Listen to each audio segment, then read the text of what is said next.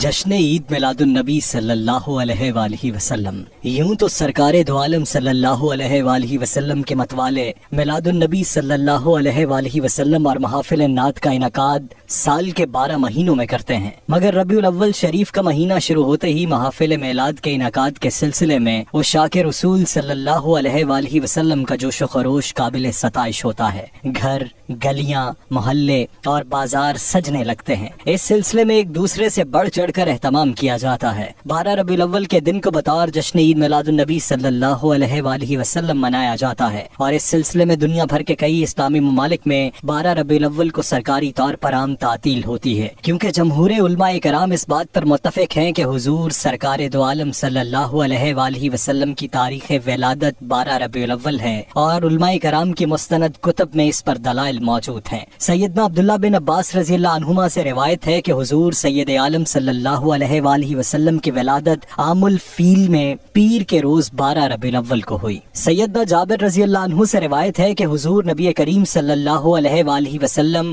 روز دوشنبہ یعنی پیر کے دن عام الفیل میں 12 ربیع الاول کو اس عالم رنگ و بو میں جلوہ گر ہوئے۔ اسی روز پیر کے دن اعلان نبوت فرمایا، اسی روز معراج ہوئی اور اسی روز ہجرت فرمائی۔ اللہ تعالیٰ نے 12 ربیع الاول کے روز مومنین پر احسان عظیم فرمایا اور سرکار دو عالم صلی اللہ علیہ وآلہ وسلم کی ذات پاک کی صورت میں نعمت عظمیٰ سے نوازا، اور قرآن پاک میں نعمت کا چرچا کرنے کا حکم بھی دیا۔ اسی لیے دنیا کے اکثر مسلم و غیر مسلم ممالک میں بسنے والے مسلمان حضور صلی اللہ علیہ وآلہ وسلم کی آمد کی خوشی میں ہر سال 12 ربیع الاول کو عید میلاد النبی صلی اللہ علیہ وآلہ وسلم مذہبی جوش و جذبے سے مناتے ہیں، اللہ کا شکر بھی ادا کرتے ہیں اور نعمت عظمیٰ کا چرچا بھی کرتے ہیں۔